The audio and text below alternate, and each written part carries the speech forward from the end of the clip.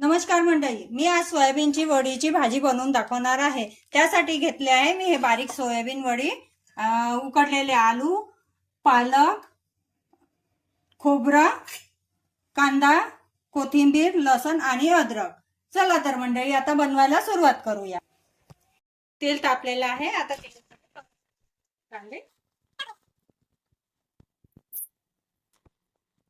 खोबरा टाकलेला आहे, आता आलं टाकूया, लसण, त्याला चांगलं लाल येईपर्यंत परतून घेऊया।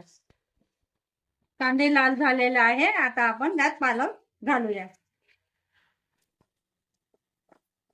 आता हे पेस्ट झालेलं आहे, आता आपण याला मिक्सी मध्ये पिसून घेऊया।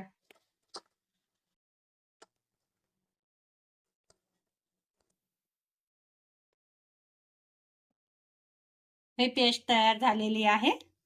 तर मंडळी आपण स्वच्छ पाण्याने धुवून घेऊया सोयाबीन वडीला। तर ही वडी स्वच्छ पाण्याने धुवून झालेली आहे, आता आपण उकळत्या पाण्यात टाकूया। सोयाबीन वडी उकळून झालेली आहे, आता हा पाणी काढून घेऊया। आता पुन्हा साध्या पाण्याने धुवून घेऊया। आता हे धुवून झालेलं आहे, आता असं आपण चांगलं पाणी पिळून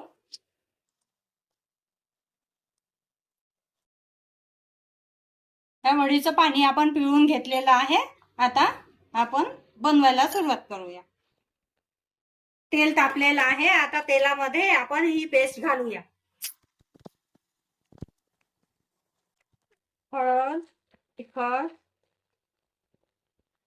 चवीप्रमाणे मीठ, मसाला, धनिया पावडर। आता हे उकडलेले आलू घालून घ्यायचे।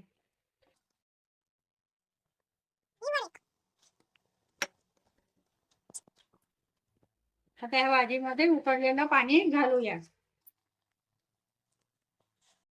भाजीला उकळी आलेली आहे, आपण आता कोथिंबीर घालूया।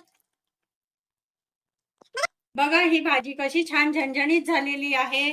तर तुम्हाला कशी वाटली माझी रेसिपी तुम्ही मला कमेंट करून सांगा आणि माझ्या चॅनलला सबस्क्राइब करा।